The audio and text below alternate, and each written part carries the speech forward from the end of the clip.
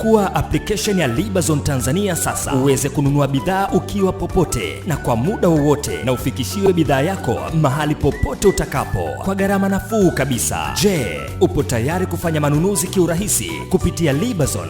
Katika kuelekea mkutano mkuu wa Chama cha Mapinduzi CCM, mkutano utakaokwenda kupitisha majina ya wagombea wa uraisi katika Jamhuri ya Muungano wa Tanzania na visiwani Zanzibar, Mwananchi Digital imekutana na makamu mwenyekiti wa CCM Tanzania Bara Philip Mangula na kufanya naye mahojiano.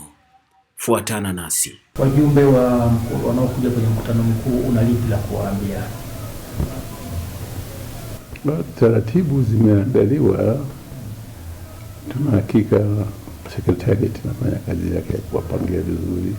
Kwanza na hakika mwenyekiti wenyewe ashatembelea ule ukumbi atakofanya kuangalia kwamba ile matakwa ya afya katika mazingira haya ya hivi janga yamezingatiwa.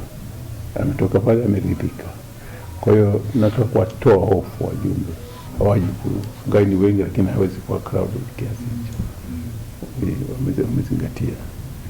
Na naamini watakao wanaoandaa sasa hivi sekretarieti yetu tunajipanga kuandaa makazi na tunajali sana afya zao na usalama wao. Chama kinajali sana afya zao na usalama wao. Mtaweka utaratibu upi wa kiafya wa pima afya ama kwenye mkutano? Nimeambiwa kwamba wageni safari hii kwa sababu ni uchaguzi wa mwenyekiti na kufanya ni kusikiliza tu hotuba atakayotoa au ni nini, kupiga kura wataruhusiwa kuwemo na nini. Kwa hiyo sio mkutano wa kazi kwa kawaida. Kwa hiyo wageni idadi yao imepungua sana. Consider as well as space nafasi na afya zao ni concern yetu kubwa. Kunaweza kuwa na joto la kisiasa upande wa Zanzibar, lakini kwa Jamhuri ya Muungano hatuwezi kuwa na joto la kisiasa. Na joto la kisiasa kwa upande wa bara au Jamhuri ya Muungano ilikuwa ni mwaka jana, mwaka uchaguzi uliopita, ambapo kulikuwa na watu 42 nafikiri walijitokeza kutafuta urais. Hapo kulikuwa na fukuto za kutosha. Sasa hivi bahati nzuri jitokeza mmoja tu ndiye atakayewepo, ile fukuto haliwezi kuwa kubwa sana. Zanzibar kipindi hiki naona kama kutakuwa na watu wamehamasika sana na kutaka kushiriki katika uchaguzi bila kugombea nafasi ya urais. Huko kidogo kutakuwa na joto. Na wamejitokeza kama wagombea 32 nafikiri. Mmoja ndio kurudisha fomu. Wengine warudisha fomu. Sasa mchakato wa namna gani mpaka tumpate mmoja kutoka na hawa 31, hiyo inaweza kutia changamoto za kisiasa.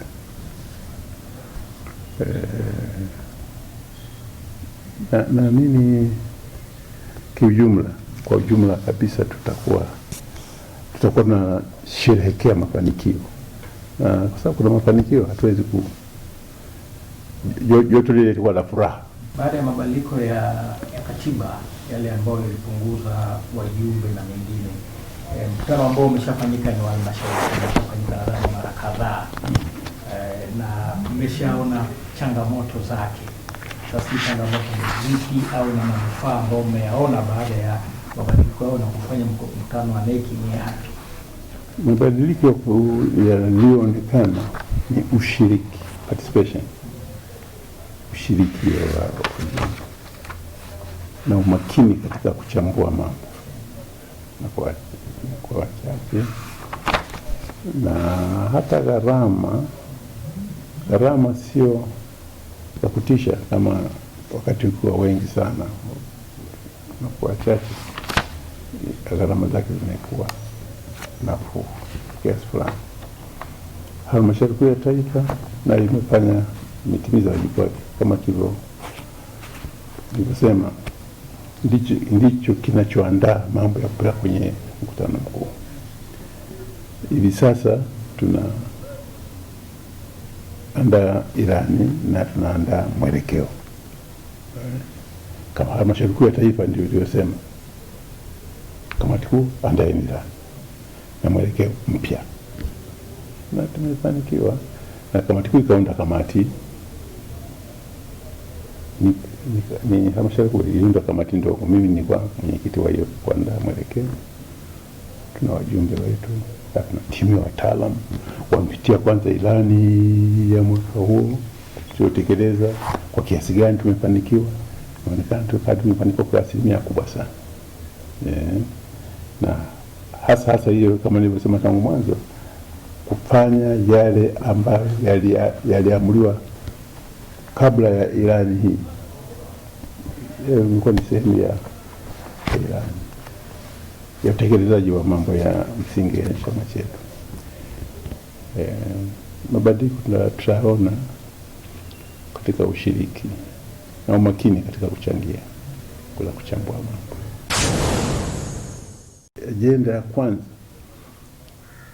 itakuwa ni kufurahia mafanikio yaliyotokea mpaka tunaingia katika nchi ya uchumi wa kati. Hiyo kwanza hilo. Naamini kabisa mkutano huu utafurahia sana, utalipongeza na utaona juhudi ya serikali katika kutekeleza yale ambayo yanaamriwa. Na pili nyingine ni tahadhari. Unajua tuna tatizo la corona bado halijapotea kabisa. Kwa kweli kwa kiasi kikubwa ile uamuzi wetu wa kupunguza idadi ya wajumbe, utadhani tuliotea kama kutakuwa na tatizo la corona. Ukumbi ni ule.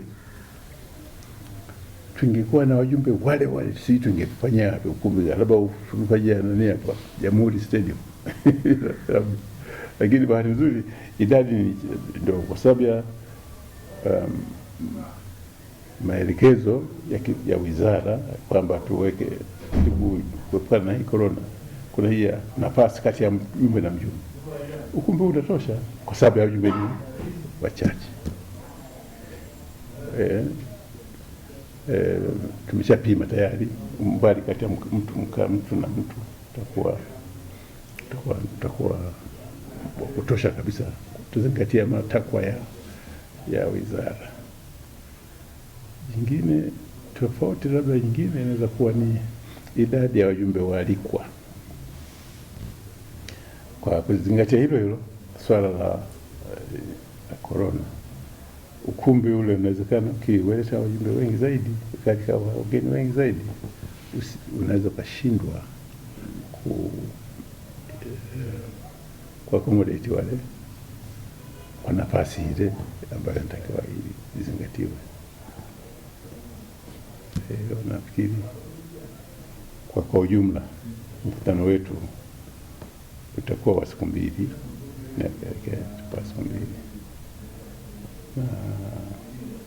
naamini yako mengi ya kujadili na kufurahia. Unajua moja ya mambo ambayo ni ya pekee kabisa, pamoja na kwamba tulikuwa na ilani yetu hii ya uchaguzi ambayo tulitumia, lakini kwa rais aliyepo alichukua hata yale ambayo yalianzishwa zamani yakawa hayakutekelezwa. Chukua mfano kuja kwa Dodoma. Najua kwa Dodoma tumeanza kuzungumza tangu mwaka 1973. Mpaka watu wakaulizwa, halmashauri kuu ikapitisha, mkutano mkuu ikapitisha kwamba yes, Dodoma. Ikaundwa kamati, watu wakauzwa kwenye mikoa huko kote, wote sehemu kubwa, sio wote, kwa sababu Pwani hakupenda ili waza Pwani ya Dodoma. Wakasema tuhamie Dodoma. Kwa mwalimu baada hapo ikabakia tuhamie Dodoma. Angalau CCM tulihama 5 wakati ule. Tulihamia tukaja hapa. Tulikuwa na majengo hilo. Serikali ikashindikana. Mpaka ikaundwa wizara ya Capital Development Authority, I think. Nadhani waziri wake alikuwa Chief Adam Safi. Kuna Sajoji wale ndio watendaji wakuu. lakini bado tukashindwa kumove. Kwa hiyo uamuzi kimsingi kwenye maandishi yetu upo tangu 1973, lakini utekelezaji wake ukawa na swaswa hivi, kwa maelezo labda sababu za kutosha tu, uwezo wa kifedha labda. Sasa awamu hii ilipoingia na kwenye ilani yetu, bahati nzuri ilizungumzia hilo. Rais akaja anapohutubia pale nje akasema, safari hii katika kipindi changu tunahamia Dodoma. Tuliona kama utani hivi kwamba miaka yote tunaongea hiyo tangu 73 mwaka huu tutafanyaje? Lakini nadhani wewe mwenyewe shahidi kama tumehamia Dodoma. Angalia mawazo ya Mwalimu wakati ule ya lile bwawa la Silas Gorge, ilikuwa imepitishwa zamani sana tufanye, lakini wakaja wabishi, unajua environmental nini, wanyama wadudu watazama kwenye maji. Walipofika rais akasema sawa, tutaheshimu tembo na nini na wanyama porini, lakini hatuwezi kumeza eneo lote. Lakini pamoja na hayo, kwa sababu tumetaka kuwasaidia wananchi kuwasha umeme vijijini, lazima tuwe na nguvu ya kutosha. Tutaheshimu hiyo kelele za dunia, lakini na sisi pia tuangalie pia watu wetu. Kwa hiyo ni uzalendo wa hali ya juu kabisa. Nadhani wote mnajua kinachoendelea kule saa hizi. Mheshimiwa Makamu Mwenyekiti, sasa hivi naona kuna utaratibu mpya wa namna ya kupiga kura za maoni kwa wagombea ubunge. Sasa kinachozungumzwa ni kwamba marekebisho haya hayawapi nafasi ya kufanya kampeni kama ilivyokuwa awali. Sasa hii amuone kwamba hii inawanyima haki ya kutafuta kuungwa mkono na wananchi. La kwanza lile lilikuwa linatuletea mpasuko na lilijenga tabia ya rushwa, corruption. Mnapokimbizana huko nadi katika kata hii, mnatangaziwa matokeo, walipo hapa mpata hizi, wewe mpata hii. Sasa kila mtu ataona ndio hizi, kwa mimi nitangulize watu wangu kule na kukwenda mkutano unaofuata kule, ili waniokoe watoe hapa tulipofika hapa. Kwa hiyo ilikuwa makundi yanapishana, yanapigana vikumbo huko, na wakajenga makundi na mipasuko ndani ya chama. Tukafikiri hii lazima idhibitiwe, na ilikuwa ina encourage rushwa kabisa. Lakini kwa hiyo sasa hivi, ingawa kuna wengine ambao walikuwa na kimbia na rushwa zao, walikifahamika tu tunaweza kuwatengua. Ndio kuna mara pengine tu kufuta kabisa wote waliogombea. Kuna majimbo 3 nadhani kufuta kabisa wote, kwa sababu walitumia pesa kutafuta watu wa kuunga mkono. Lakini hiyo ni mtindo au mfumo uliotumika wakati wa kipindi kile wa kukimbia hapa, mnakimbizana na mnapata kura na matokeo yanasomwa na mnakwenda hivyo. Ilikuwa ni shida kidogo. Kila wakati ni vizuri ufanye makosa, jirekebishe, ndio nadhani ya kusahihisha. Na kwa mfano hii iliyotokea ya mgombea wa urais ambaye anamaliza ngwe ya kwanza anakwenda ngwe ya pili, je, kwa taratibu za chama inawezekana mtu mwingine katika ngwe ya pili akaruhusiwa kuchukua fomu kuingiza jina lake au hairuhusiwi? Hajapata kutokea. Nakumbuka kipindi fulani Buda aliwahi kutaka. Nakumbuka. Yeye aliwahi kutaka kuambia utaratibu wetu kuna katiba. Katika katiba kuna kanuni. Kanuni ni ufafanuzi na kutekeleza haya yaliyo kwenye katiba. Kwenye katiba, kwenye kanuni humu mna taratibu. Mnatengeneza utaratibu wa namna gani muendeshe hizo kanuni zenu. Kwa hiyo kwa kweli hatutarajii katika kipindi cha pili atokee mtu mwingine, kwa sababu kama nilivyosema tangu mwanzo, mtu anapochukua bendera ya chama anakwenda kutangaza yale ambayo yatafanywa na chama ana serikali ya kipindi hicho cha uhai wa chama wa serikali. Sasa huwezi kuanza mradi ambao seriously utekelezaji yote uliyopanga mkayakaisha ndani ya miaka 5 basi yamekwisha. Mwingine atakayokuja anza na hilo kwa utaratibu wake. Haiwezekani. Ndio maana akasema hapana, tuweze tutoe nafasi kwa huyu mtu, ili kama ni mpango mkubwa kama nilivyosema hii stickers gauge au hii standard gauge, ingekuwa ni mtu yote anaweza kaingia pale na anaweza kaingia pale hii sioni muhimu katika hii standard gauge, nataka kitu kingine kule. Kwa hiyo mwendelezo au continuity wanaita ile haipo, na kwa haipo. Angalau kitoa vipindi viwili, na ndivyo imekuwa tangu wakati tunaingia kwenye vyama vingi, kwa vipindi viwili ili kila mtu aweze kutimiza yale ambayo alianza. Hatutaki mtu aishie njiani. Ambao walikuwa wakaachwa walikuwa 60. 68. Hao walianguka kwenye kura za maoni. Walioendelea kuwa wabunge walianza 32. Ili kabla hapo ilikuwa kwa majimbo chaguzi hiyo imeshuhudia, lakini kwa 15 walikuwa nusu 50-50. Wapya kipindi cha nyuma. Kabla hapo ilikuwa nusu. Wapya nusu, wa zamani nusu. Lakini mwaka 2015 wapya ilikuwa 68 na wale zamani walio kwa 32. Hii unaitabiri vipi? Japo sio mtabiri, lakini unaibashiri vipi katika uchaguzi huu? Sasa ubunge wengi wanaweza kubebwa na utendaji wa rais. Hao wa zamani. Hao waliopo sasa hivi wanaweza kubebwa na utendaji wa rais. Na serikali inafanya kazi, mambo katika majimbo yao yanaonekana, ila kuna wale ambao huwa hawaendi, wakishachaguliwa ndio moja kwa moja wale hao wananchi nao wanaangalia, hawana daftari la attendance, lakini wanajua huyu hajaonekana.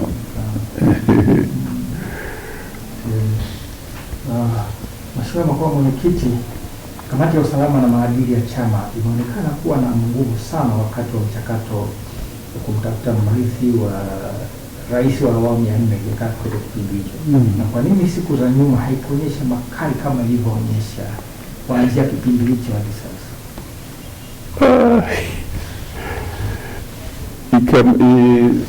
Tunazo kanuni zetu za usalama na maadili, na kilichofanya na kwa makali kwa sababu kulikuwa na kidogo matumizi ya pesa yatakuwa kuyumbisha kabisa.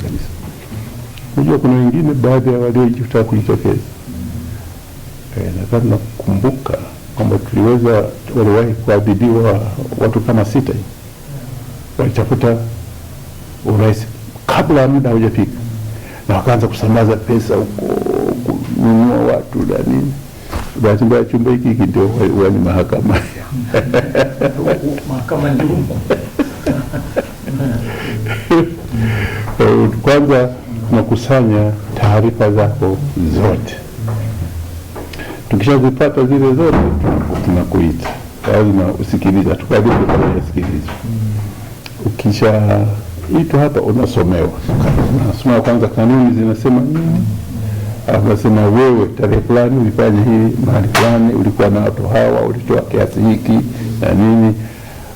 Tunakuwa tumeorodhesha wale wote na makosa yao. Mtu yeyote anachukua fomu ya kugombea, kwa tunafungua jalada. Hata hizi mzee anafanya nickname tu kwa sababu ya kufungua jalada kwa yote. Nafungua jalada kwa hiyo mambo yote tunayofanya mazuri yote tunayaweka kwenye jalada lako. Ya ovyo yote tunaweka kwenye jalada lako. Basi kifika siku ile sasa tunafanya muhtasari. Ndio unaitwa sasa njoo. kwa mujibu wa kumbukumbu zetu hizi nyingine. Kwa hiyo pesa zilitaka kutumika, ndio maana kidogo tukawa hatukutaka mtu anunue uongozi hapa. Ina maana makamu mwenyekiti, mtu anapotangaza nia, anapochukua fomu, hapo mnamtengenezea na jalada la kuanza kukusanya taarifa zake. Yes. Mpaka mchakato utakapokuisha. Unapokaribia kuisha, tukiona jalada zako za mambo ya ovyo mengi, tunaweza kukuita. Kabla hata kabisa, kabla ya kipindi chenyewe. Kama kipindi chenyewe. Mathalan mchukue mwaka 2015 wasema 2014 ndipo alipoita wasita wakaambiwa makosa yao na wakaadhibiwa. Sasa na wataadhibiwa wa adhabu, walipewa onyo kali, kwa maana tutakutazamia kwa miezi 12, kiendelea tunaweza inakuwa disqualification kwa uteuzi. Mchukue mfano kwa uchaguzi uliopita, waliokuja hapa na kuhojiwa, nakumbuka wenye viti wa mikoa wa 6 lakini walinyang'anywa kadi zao ya wanachama. Sitakuwataja, lakini 6 wenye viti wa wilaya walikuwa 12. Wajumbe wa halmashauri kuu, wakati ulikuwa wajumbe wa halmashauri kuu wa wilaya, hao waliitwa zaidi ya 10. Niambia, nilikuwa nimeshatafutia takwimu, lakini sasa kwa hiyo tunachukua hatua sasa, ya try mtani. Hao walikuwa kwenye wakati wa kipindi cha uchaguzi wa 2015. Yes. Kubwa ni kwamba hatuadhibu mpaka tumekuita kwanza, tumekuambia makosa yako ni haya, tarehe fulani hivi, tarehe fulani hivi, hii tumetoa, umesema haya. Na wakati mwingine tukiweza kwa hata tunarekodi kubisha, tunacheza clip. Haya, sikiliza sauti yako hiyo, ni wewe, sawa, haya tuendelee. Kwa nini kanuni zinasema hivi? Kwa nini ulifanya hivyo? Na hii inakwenda mpaka sio kipindi cha uchaguzi tu, hata kipindi cha kawaida. Kiongozi anapokwenda kinyume na mwito, kamati hii inashughulika. Na bahati nzuri sio hii tu peke yake, hata kwenye wilaya zipo mpaka kwenye wilaya. Hata kwenye tawi kuna kamati ya usalama na maadili kwenye tawi, wanatakiwa, ila wengine sasa huko wanaona hawaipi uzito, ni kuogopana basi tu hata kuudhi. Mheshimiwa Makamu Mwenyekiti, kwenye mkutano mkuu iliyopita, Dodoma huwa inakuwa na shamra sana, lakini sasa hivi kumepooza. Sababu nini kwa maoni yako? Kwa sasa hivi tunalo tatizo la corona. Hilo la kwanza. Pili, zile chama nyingine zile zilikuwa ni wanaosambaza pesa wale. Mtu anakuja na pochi yake, bwana wewe zunguka huko, tafuta watu kutunga mkono, napata kwenye guest, napika kwenye bar, hotelini. Kwa hiyo hii ileta chama nyingi sana. Sasa ukionekana na roho kana inakuwa ni shida. Pamba tupe sali ndanda. Na kwa nini iwe Pamba isiwe Yanga, isiwe Simba, huko Njombe? Hapa kwa sababu gani? Wakati ule mashirika yalikuwa na timu zao, reli na pina. Sasa mamlaka ya Pamba walikuwa na timu yao Pamba. Ikafika mahali mashirika yakaamua kujitoa kwenye michezo. Sasa wakati mimi mkuu wa mkoa wa Mwanza nimekuja kukabidhiwa rasmi, bwana wewe, sisi sasa kwenye michezo basi hatumo, mkitaka kiendelee tafuteni utaratibu wenu. Basi tukaunda kamati ya saidia Pamba ishinde. Tuliendesha Pamba ile Yanga akifika kiboko tu sinani kila mmoja kikaa ni mchapo tu. Kuna timu ilikuwa wapi? Ilikuwa wa kimataifa. Sheri sijui wapi. Tukapiga 11. Kwa hiyo nilikuwa nafurahia kwa sababu ni product ya kazi tuliyofanya baada ya wale jamaa kulemewa, wakasema tunawachia wenyewe. Kwa hiyo nilikuwa ni shabiki wa Pamba. Subscribe Mwananchi Digital.